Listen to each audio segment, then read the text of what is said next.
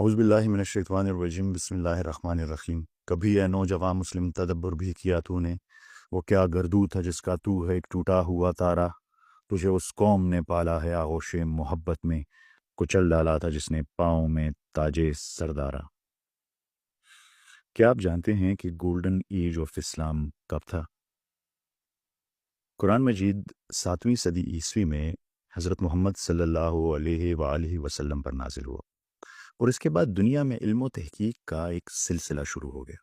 8ویں صدی سے 14ویں صدی تک دنیا کے علمی افق پر مسلمان سائنسدانوں، محققین اور مفکرین کا راج تھا۔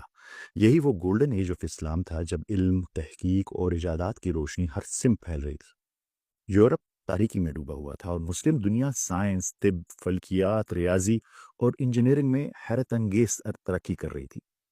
11ویں صدی میں یعنی آج سے کوئی 1000 سال پہلے ابن سینا نے الشفا میں لکھا کہ تمام اشیاء اپنی اصل کی طرف کھینچتی ہے، یعنی گریوٹی۔ یہ وہ تصور تھا جسے نیوٹن نے 600 سال بعد 17ویں صدی میں لا آف گریویٹیشن کے نام سے پیش کیا۔ 12ویں صدی میں الخازنی نے بیلنس آف وزڈم کے ذریعے ماس اور گریوٹی کے تعلق کو ناپنے کے اصول دیے، جسے بعد میں آئنسٹائن نے استعمال کیا، اور 13ویں صدی میں نصیر الدین توسی نے توسی کپل کے ذریعے ایلپٹیکل موشن آف پلانٹس کو واضح کیا، جس نے بعد میں 15ویں اور 16ویں صدی میں کوپرنکس اور کیپلر کے نظریات کی بنیاد رکھی۔ یہی نہیں، آج کا کمپیوٹر اور آرٹیفیشل انٹیلیجنس جس بنیاد پر کھڑے ہیں وہ 9ویں صدی میں الخوارزمی کے الجبرا کے بغیر ممکن نہ تھا۔ موبائل کیمرے سے تصویر کھینچتے ہوئے شاید ہی آپ نے کبھی سوچا ہو کہ 11ویں صدی میں ابن ہیشم نے ریفلیکشن اور ریفریکشن کے قوانین دریافت کیے، جو آج کیمراز، لیزرز اور فائبر آپٹکس کا بنیادی اصول بنی۔ 12ویں صدی میں الجزاری نے روبوٹک، مشینری اور آٹومیٹک کلاکس ایجاد کیے، جو آج کی ماڈرن انجینئرنگ کی بنیاد بنی۔ 11ویں صدی میں البیرونی نے زمین کے سرکمفرنس کا درست حساب لگایا، جبکہ 9ویں صدی میں عباس ابن فرناس نے پرواز کا خواب دیکھا اور تجربات کیے، جو بعد میں ہوائی جہاز کی ایجاد کا پیش خیمہ بنی۔ 9ویں صدی میں فاطمہ الفہری نے دنیا کی پہلی یونیورسٹی قائم کی۔ یہ سب گولڈن ایج آف اسلام میں۔ کبھی عراق صرف ایک ملک نہیں تھا، بلکہ علم کا ایک جہان تھا۔ 8ویں سے 13ویں صدی تک بغداد کا بیت الحکمت، ہاؤس آف وزڈم، دنیا بھر کے سائنسدانوں، فلسفیوں اور طلبہ کا مرکز تھا۔ یہاں یونانی، فارسی، ہندی اور سریانی زبانوں کی ہزاروں کتابیں عربی میں ترجمہ ہوئی، جن میں ارسطو کے فلسفے سے لے کر ہندسے کے حصول شامل تھے۔ اور آج ہم کہاں ہیں؟ تجھے آبا سے اپنی کوئی نسبت ہو نہیں سکتی، کہ تو گفتار، وہ کردار، تو ثابت، وہ سیارہ۔ گوا دی ہم نے جو اسلاف سے میراث پائی تھی، سریا سے زمیں پر آسمان نے ہم کو دے مارا۔ مگر کیوں اتنی پستی پہ ہم کیوں آئے؟ وہی مسلم دنیا جو علم کی روشنی بانٹ رہی تھی، رفتہ رفتہ انٹلیکچوئل پیرالسس کا شکار کیوں ہوئی؟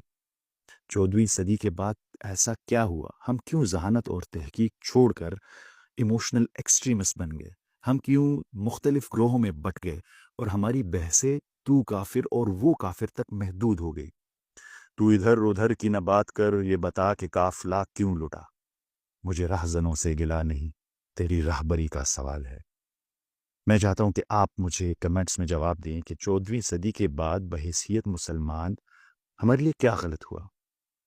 لیکن میرا آج کا موضوع یہ نہیں ہے۔ میرا آج کا سوال یہ ہے کہ اسلام کے آنے کے بعد علم و تحقیق کے اس سلسلے کو کس چیز نے جنم دیا؟ قرآن شریف میں ایسی کون سی خاص بات تھی جس نے مسلمانوں کو علم و تحقیق کی طرف جانے پر مجبور کیا، جسے آج کا مسلمان یکسر فراموش کر چکا ہے، بالکل بھلا چکا ہے؟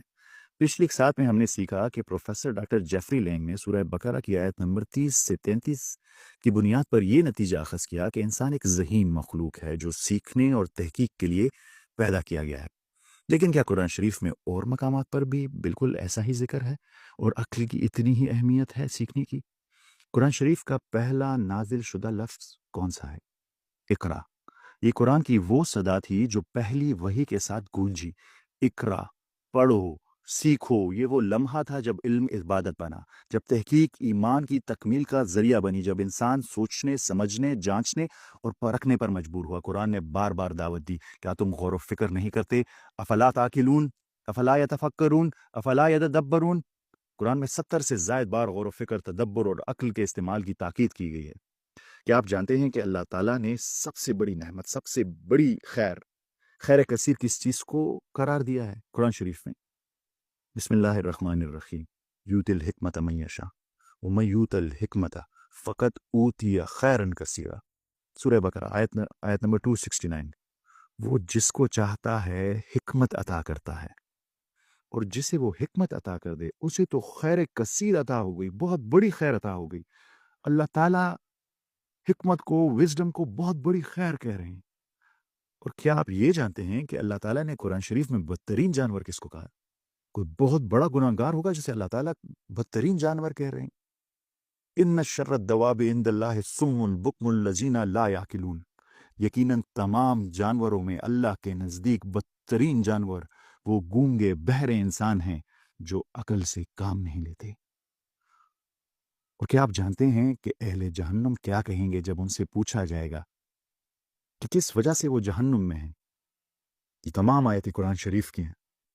وَقَالُوا لَوْ كُنَّا نَسْمَعُ أَوْ نَعْقِلُ مَا كُنَّا فِي أَصْحَابِ السَّعِيرِ، وہ کہیں گے اگر ہم سنتے اور عقل سے کام لیتے تو ہم نہ ہوتے ہیں جہنم والوں میں سے۔ جواب میں کہا جائے گا فَاعْتَرَفُوا بِذَنبِهِمْ، ابھی آپ نے اپنے اصلی گناہ کا اقرار کیا ہے۔ فَسُحْقًا لِأَصْحَابِ السَّعِيرِ۔ تو اللہ تعالیٰ جو ہے وہ قرآن شریف میں بار بار عقل کی، وزڈم کی اتنی اہمیت بیان کر رہا ہے۔ کیا آپ سن رہے ہیں؟ کولو کے بیل کی طرح اپنی زندگی گزارنے والوں، جو پیسہ گھر گھر ایک دائرے میں گھومتے ہوئے اپنی ساری زندگی گزار دیتے ہیں، جو اندھی تقلید کرتے ہیں۔ آپ نے سنا عقل کی، سوچنے کی کتنی اہمیت ہے؟ یہ ہماری سیریز غور و فکر کی 5ویں قسط تھی۔ اس سیریز کے ذریعے ہم اپنی سوئی ہوئی قوم کو جگانا چاہتے ہیں اور انہیں ان کے اصل مقصد سے آگاہ کرنا چاہتے ہیں۔ برائے کرم ہمارے دوست بنیں، اس میں ہماری مدد کریں، اس ویڈیو کو شیئر کریں اپنے سوشل میڈیا پیجز میں، اور اپنے سوشل سرکل میں یہ بحث شروع کریں، اور اپنے آپ کو اور اپنے پیاروں کو بچائیں۔